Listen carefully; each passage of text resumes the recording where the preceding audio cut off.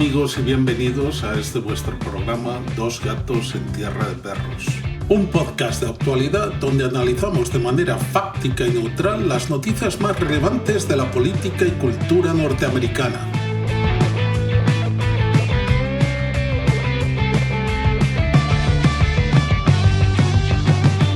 A través de Rusia para no pasar en el espacio aéreo de Europa que es aliada a los Estados Unidos y que se doblega a Estados Unidos muy frecuentemente. Se revela la noticia de que Snowden ha salido del espacio aéreo de Hong Kong. Creemos que eso fue hecho por las autoridades para quitarse la papa caliente, y los Estados Unidos, en el momento que Snowden está en el aire, le cancelan el pasaporte gringo y lo dejan atrapado en el único país del mundo que realmente no lo va a extraditar y que ahora es su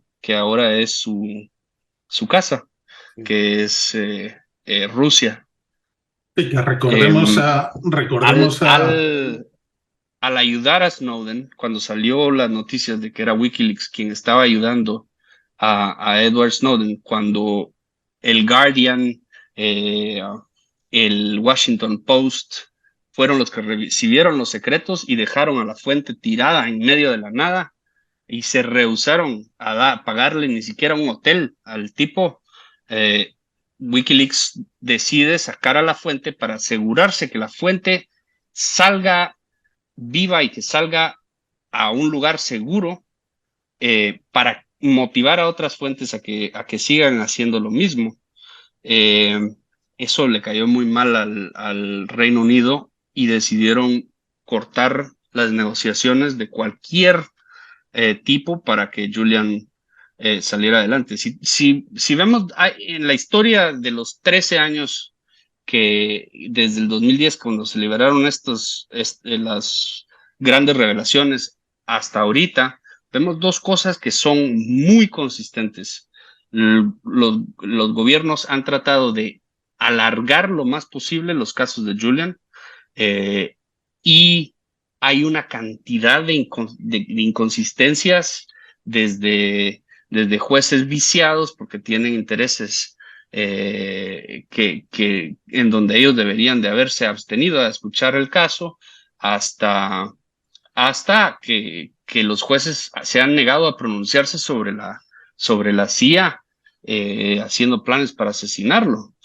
Sí, entiendo también que si le puedan extraditar, la corte donde tendría el juicio estaría en Washington, D.C., donde todos básicamente siempre decidan en contra de cualquier defendiente, porque estaría en Virginia, sí, en donde, si uno mira el mapa, sí.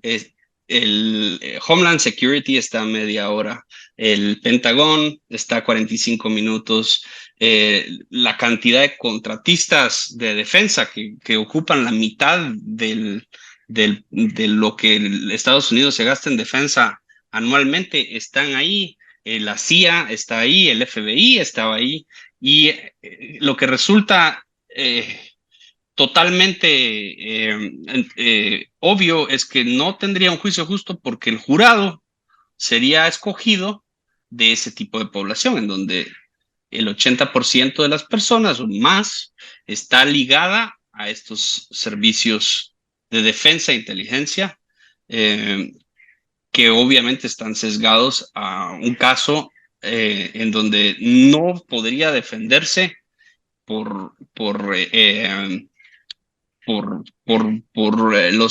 las contribuciones y el interés público que tienen estas defensas, sino como espía.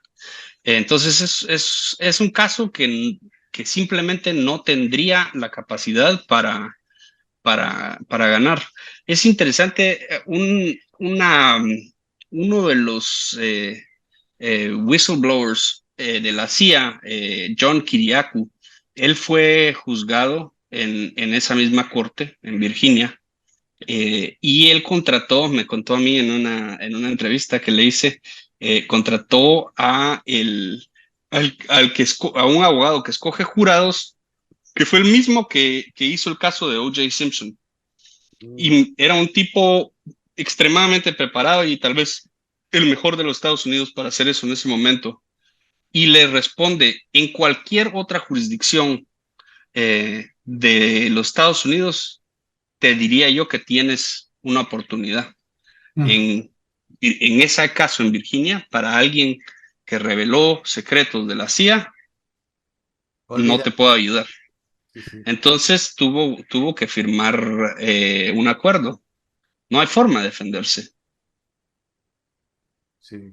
Para todos aquellos que nos están escuchando, que como tú has comentado, que a lo mejor son más jóvenes y no están al tanto de todo esto, aclararles que Snowden fue otro whistleblower que reveló, creo que fue en el 2013, me parece, de la Agencia de Seguridad.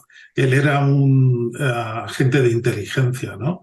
Y como él ha habido también muchos más atrás, ¿no? Creo que había otro que era Daniel Ellsberg, que fue el primer whistleblower, ¿no? Aquí en Estados Unidos, que habló sobre las cosas que estaba haciendo el Pentágono, ¿no? En Vietnam, ¿no? Entonces yo creo que ahora actualmente están utilizando a Julian Assange como escarmiento, ¿no? Porque lo que quieren acallar es obviamente el mundo del periodismo y siendo este además un caso tan global, tan conocido en todo el mundo, pues precisamente quieren acabar con este hombre y así acabar con todos los huesos. Una de las cosas que siempre le digo yo a las personas cuando hablo en alguna plática o algo es que yo no estoy aquí para convencer a nadie que Julian es una buena persona o no. Es irrelevante. Si lo odias, ódialo. Si te parece un héroe, pues qué bien. Pero si él es condenado y extraditado, condenado, nosotros perdemos nuestro derecho a saber, porque no hay derecho para poder expresar.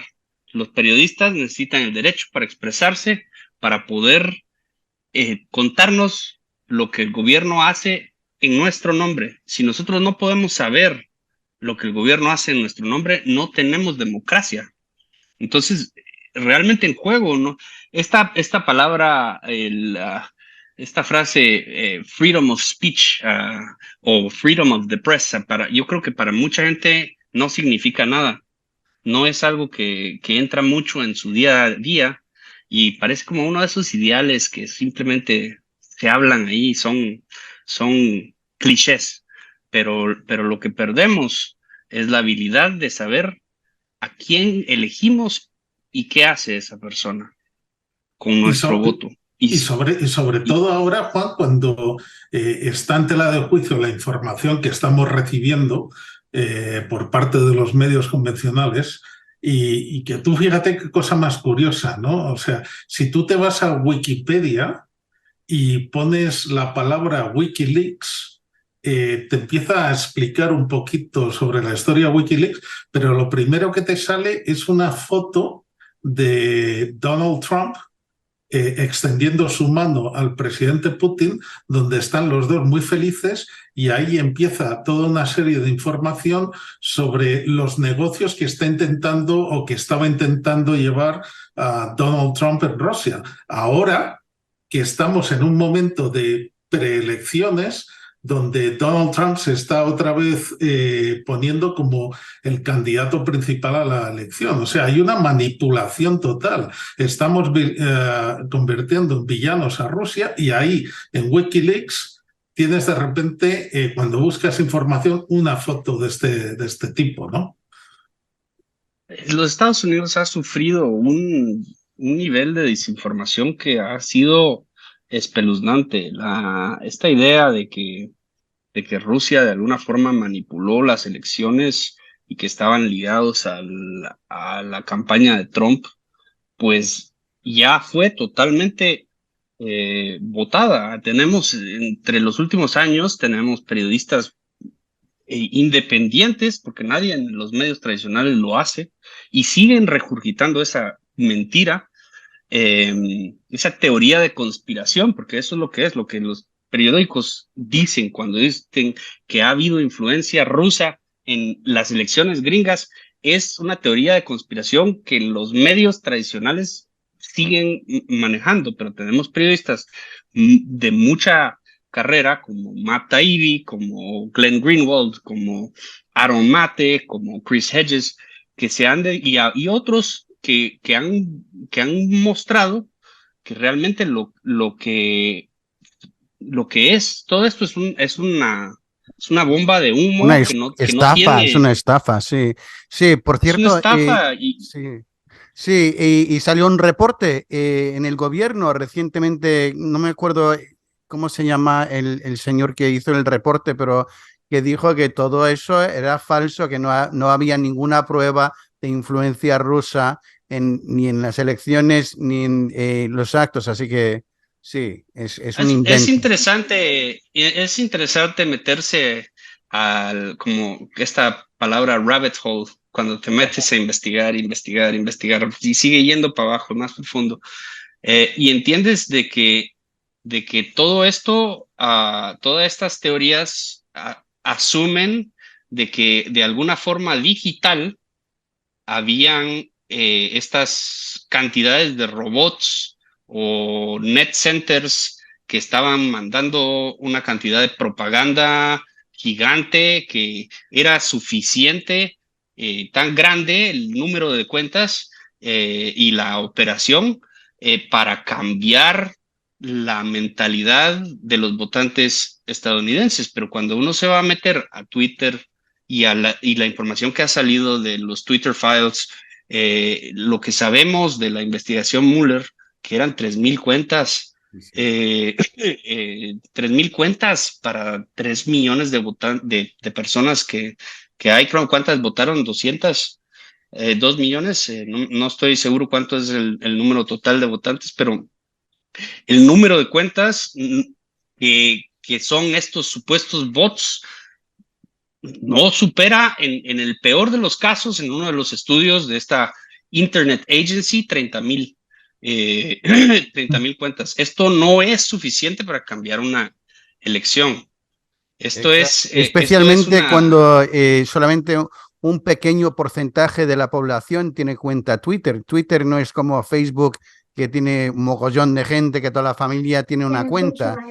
Más que nada se usa para periodistas, para gente del cine o lo que sea, celebridades, pero la gente normal no tiene cuenta Twitter, la mayoría, ¿no? Me parece que una estrategia que pudo haber sido más exitosa que estas supuestas de mucho 30,000 cuentas rusas, viene de Cambridge Analytica en el 2016, una empresa que tenía los algoritmos y las bases de datos de los usuarios estadounidenses y cómo iban a votar, que se dirigían, y esta compañía era una compañía privada que contrató el departamento, el Partido Republicano para las elecciones de Trump, que no tiene a nadie que fuera,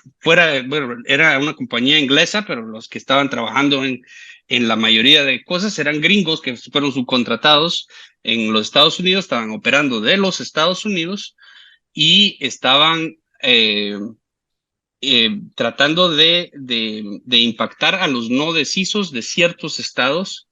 Y eso creo yo tiene mucha más influencia que cualquier locura rusa que nos estemos inventando. Y lo que hemos visto es que ahora hay una segunda guerra fría, que por cierto, saben que el inicio de esta segunda guerra fría comenzó con Hillary Clinton y el de Partido Demócrata realmente promoviendo esa idea de que había sido el ex jefe del FBI, James Comey, y Russian WikiLeaks, quien la hizo perder sus elecciones.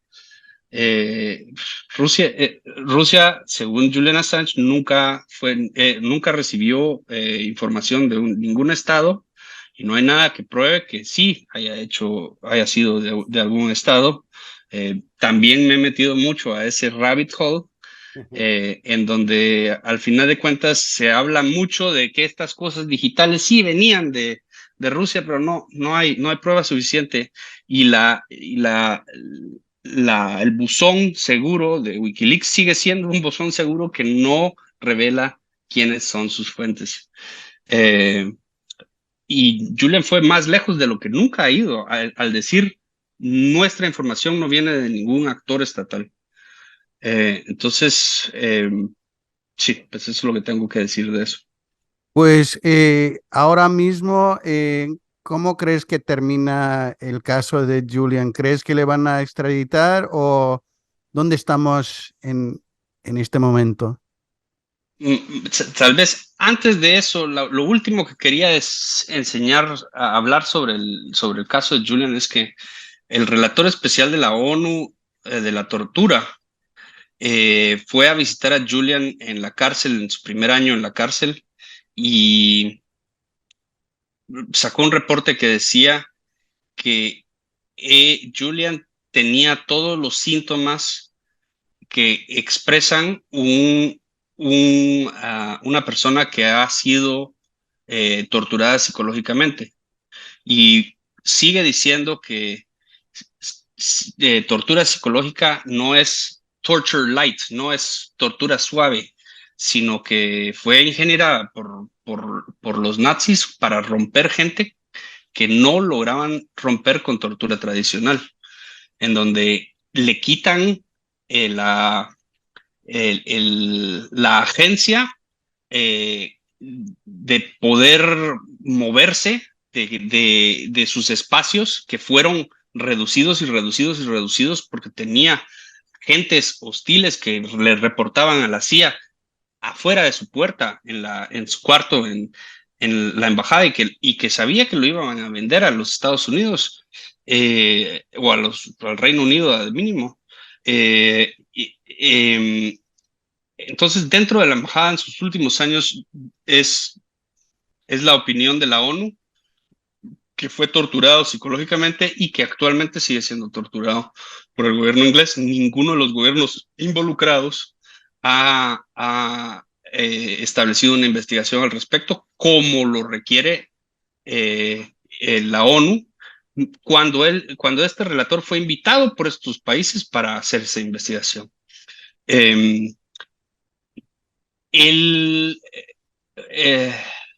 La justicia inglesa lo que ha visto es que se ha tardado lo más que han podido. A mí me gusta decir que lo que están haciendo es castigando a Julian por proceso. Lo tienen silenciado. Su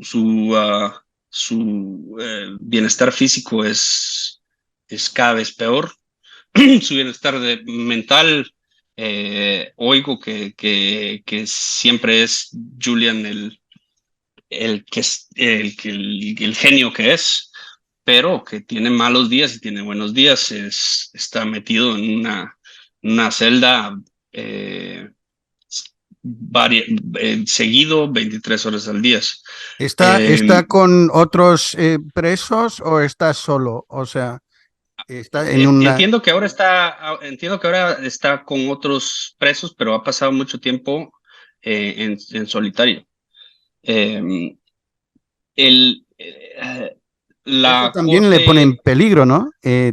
Estar con la población general, ¿no? pues me imagino que va a salir con una cantidad de historias de la cárcel. Espero que escriba un libro al respecto, porque sí está con asesinos, está con alguna segmento de la población Bueno, de prisión. yo creo que Pero lo importante es que la justicia inglesa ha sido incapaz de darle un juicio justo a Julian. Se ha rehusado a ver las evidencias del espionaje, incluso a sus abogados, especialmente a sus abogados, dentro de la embajada, en donde tenían récord de las reuniones y la estrategia que estaban elaborando para luchar contra un caso en contra de los Estados Unidos, o para defenderse de un caso que los Estados Unidos traiga. Y han rehusado que ha sido torturado y que no hay ninguna investigación al respecto. Han rehusado que estarían mandando a una persona al mismo país en donde se planeó su asesinato. Es, es, eh, es una locura. Y está a un paso de ya no tener ninguna eh, eh, eh, opción para apelar. O sea, está a un paso para ser extraditado. Hay una buena posibilidad de que la Corte de Derechos Humanos de la Unión Europea, se llama ECHR, European Court of Human Rights, la Corte Europea de Derechos Humanos, frene que lo suban al avión mientras ellos investigan. Todavía la Corte Europea tiene jurisprudencia arriba de las cortes locales. Entonces hay posibilidad que el caso siga por 1 año y medio más, si es que la Corte decida tomar el caso. Y Entonces, aquí, pues, Juan, también tienes varios candidatos a la presidencia norteamericana que ellos han declarado públicamente que si fuera extraditado y ellos estuvieran en el poder, que sería conmutada, ¿no?, su sentencia, y eso también puede ser algo bueno para él. Lo único, el peligro ahí es de que sea extraditado antes de que lleguen al poder y se suicide como Epstein, ¿no? sí, yo conocí a Cornel West dentro de la embajada. Cornel West fue a, a visitarlo. Es una persona eh, con, con una carrera muy fuerte de derechos civiles realmente sería un excelente presidente de los Estados Unidos, pero creo tendrá muy poca oportunidad. Y la otra persona de quien hablas es Robert F. Kennedy, que estaba corriendo con el Partido Demócrata. No sabemos todavía bueno, sabemos que los demócratas se han rehusado a tener debates como candidatos primarios, porque asumen que Biden va a tomar la candidatura primaria y simplemente no le darán el chance. Entonces, me parece a mí que la candidatura de Robert F. Kennedy, que está haciendo un buen trabajo en su campaña, podría ser eliminada en las primarias sin que tuviera ni siquiera la capacidad de recibir votos. Sí, y entiendo que si no gane las primarias será demasiado tarde para cambiar a independiente antes de que, bueno, porque en algunos estados hay ciertas fechas en que se tiene que entregar todo el papeleo pues él dice que no tiene un plan B, pero vamos a ver, porque tampoco ha dicho que apoyaría a Biden. Sí, y me parece que casi es un contrato, que si tienes una campaña demócrata, entonces si pierdes las primarias tienes que apoyar al que gane, que me parece ridículo porque estás en contra de él y estás hablando de todas las maldades que hace y luego dices, pues yo lo apoyo. Y sí, Bueno, sí, no hay una Ambos manipulación. candidatos tienen un problema, es que no son del establecimiento y o sea, pelear contra el establecimiento, como lo vimos en la campaña de Bernie Sanders, cuando el mismo Partido Demócrata vició las elecciones primarias a favor de Hillary Clinton, haciendo a Bernie Sanders, contribuyendo a la pérdida de Bernie Sanders, que tenía bastante más influencia, me parece a mí, que Kennedy tiene ahorita. Ambos serían excelentes opciones para los Estados Unidos comparado con lo que hemos visto en las décadas y décadas anteriores, pero me parece que no hay muchísima esperanza a que lleguen realmente a poder jugar en las elecciones presidenciales. Pero Juan, mira, si no hay una manipulación de votos, primero Robert Kennedy tiene un mensaje que gusta mucho a muchos demócratas, gusta mucho a muchos liberales y gusta mucho a muchos republicanos. Hay republicanos que totalmente asientan con su mensaje. Y luego hay otra cosa que le beneficia y se llama Kamala Harris, porque no hay debates entre los demócratas, porque Joe Biden cognitivamente no puede mantener una conversación de 2 minutos. Entonces no quieren que la gente vea esto, pero sí Por supuesto. hay un miedo ante los votantes que han apoyado a Joe Biden en el pasado, que están viendo que sí entrado en el segundo mandato de Joe Biden, le pasa algo que hay grandes posibilidades, entraría Kamala como presidenta, ¿no? Y es algo que la gente está horrorizado, porque ella tiene los peores números de la historia de cualquier político, de cualquier vicepresidente. O sea, es que es una mujer que no la quiere nadie. Si los demócratas, si el Partido Demócrata actúa de una manera democrática y deja realmente correr y hacer y que haya democracia en la forma en que se eligen las primarias, estamos en una posibilidad muy interesante. Hay un cambio radical al establecimiento, pero el problema es que el establecimiento está muy impregnado. O sea, la idea de que hay democracia en los Estados Unidos, a mí me parece que ya estamos en un momento en donde no existe, y eso también lastimosamente lo tengo que decir también de varios países europeos, en donde también vemos, o sea, yo estoy viviendo en Alemania porque si le hicieron eso a Julian, no hay nada que impida que después lo hagan conmigo. Es más, muy interesante. Acaba de salir un artículo escrito en Rolling Stone por un periodista que se llama James Ball, una persona detestable. Hizo su carrera difamando a Julian Assange. Literalmente hizo su carrera y entró al Guardian a través de la difamación de Julian Assange.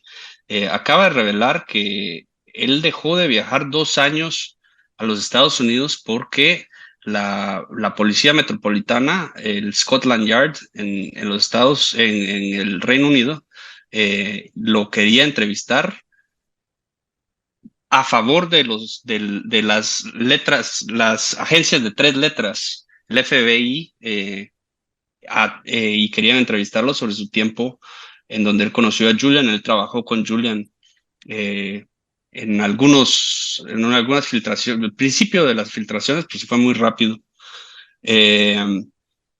Y este es el segundo que nos enteramos públicamente, y en su artículo él menciona a David Lee, el ex editor del Guardian de investigaciones, a este Andrew O'Hagan, es un escritor que estaba colaborando con Julian para que él escribiera la biografía de Julian, un shadow writer que le llaman, un escritor que cuando alguien es muy ocupado, no escribe su biografía, sino que la escribe alguien más. Y este Andrew Hagan y después otra periodista que se llama Heather Brook, todas han sido contactados por el FBI en los últimos años, y lo que le pareció a este James Ball, que ahora incluso él, que odia a Julian Assange, sale en favor de Julian, diciendo: yo no voy a declarar al FBI para un caso como este, y que sus abogados en los Estados Unidos y en el Reino Unido le dijeron en el 2020: no viajes a los Estados Unidos porque hay riesgos de que te arresten y que te fuercen a declarar. Esto es un periodista del mainstream, un periodista que estuvo en el Guardian, en el Washington Post, escribió esto para Rolling Stone, estuvo en BuzzFeed.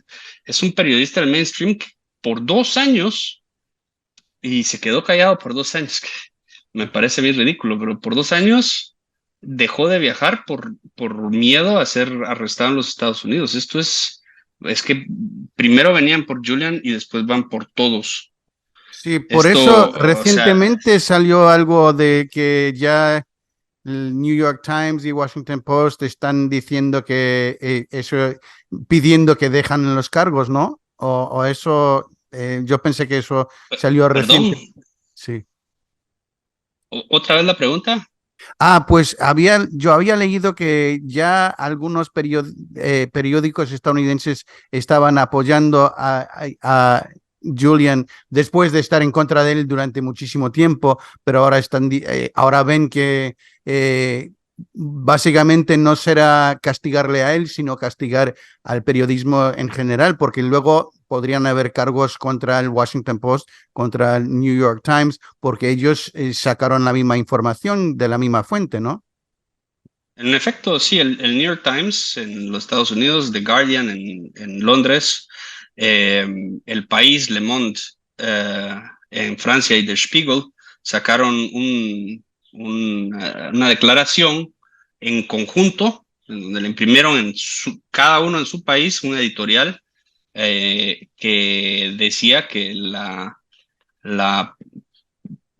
prosecution, el perseguir a Julian es perseguirlos a ellos. Eso quedó muy claro. Es más, durante la época de Obama, en donde ya había una investigación secreta, un grand jury eh, en los estados investigando exactamente estas filtraciones, eh, al final de la administración de Obama, la administración dijo que no iban a perseguir no iban a perseguir cargos a Julian porque no podían distinguir la diferencia de lo que él hizo a lo que hizo el New York Times. Se llama The New York Times Problem, el problema del New York Times. Obama decidió no perseguir cargos, pero dejó el grand jury abierto. Y después el presidente Trump decidió actuar en contra de Julian después de la filtración de los documentos de la CIA, aunque durante las elecciones Trump salía en los rallies diciendo I love WikiLeaks por los documentos que estaban liberando sobre los correos electrónicos de Hillary Clinton y John Podesta, etcétera. Y él también se ha arrepentido de eso, ¿no? De haberle, bueno, de haber querido castigar a Julian Assange, o sigue con el mismo pensamiento.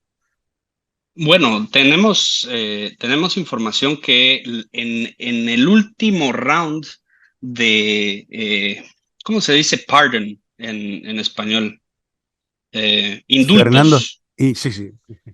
Indultos. El presidente gringo normalmente al final de su término presidencial gira algunos indultos a personas que han estado encarceladas o injustamente o que son aliados políticos, etcétera.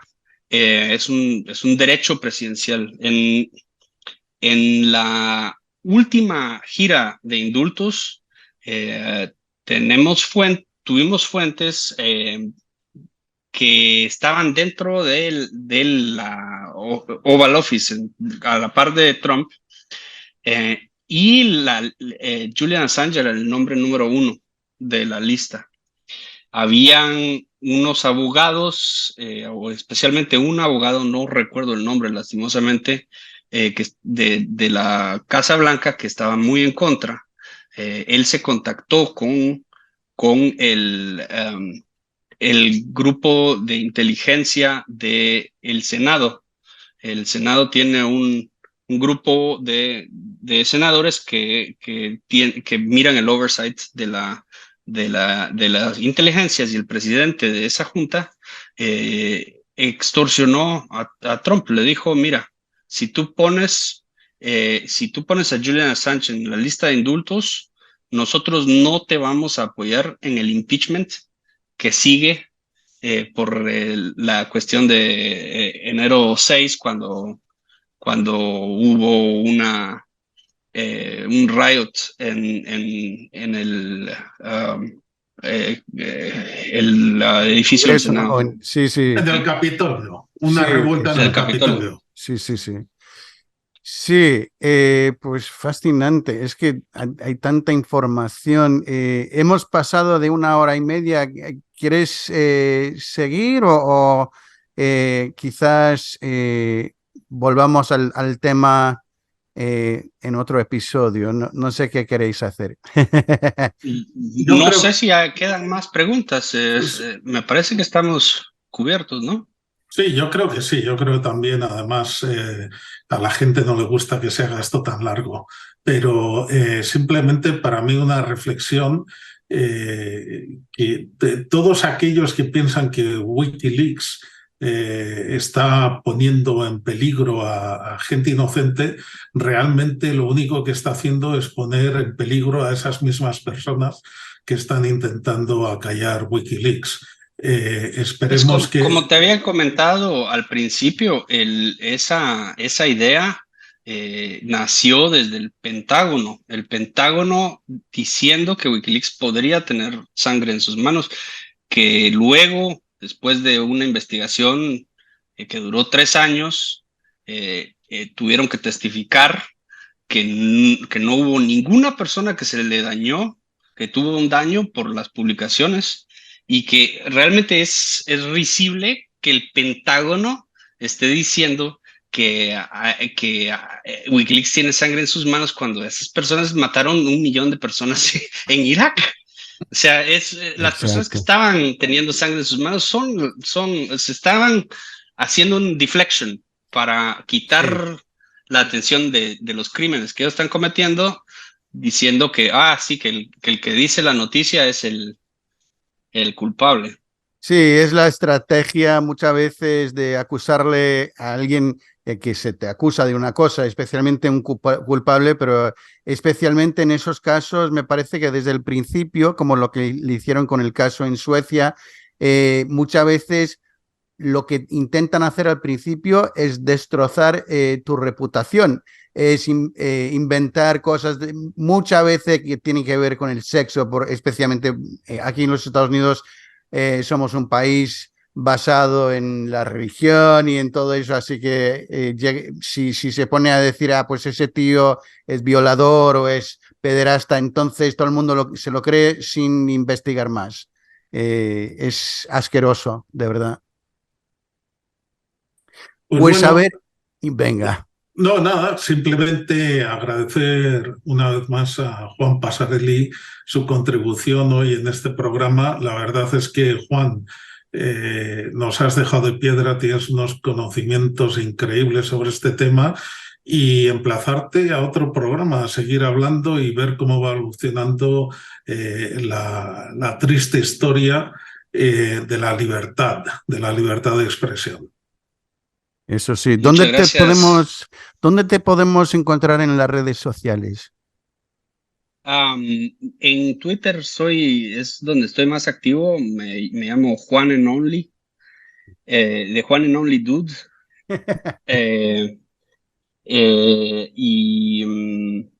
Pues si buscan la guerra contra el periodismo, el caso de Julian Assange en en YouTube, pueden ver una película corta que hice acerca del caso. Esa película termina al principio de la corte del 2020, entonces no tiene lo que vino después, que es ahora ya casi el final de la extradición, sino lo que entraba hasta el punto del inicio de las audiencias, pero te da suficiente para entender qué fue lo que se reveló, por qué actuaron como actuaron y por qué está donde está, que nada tiene que ver con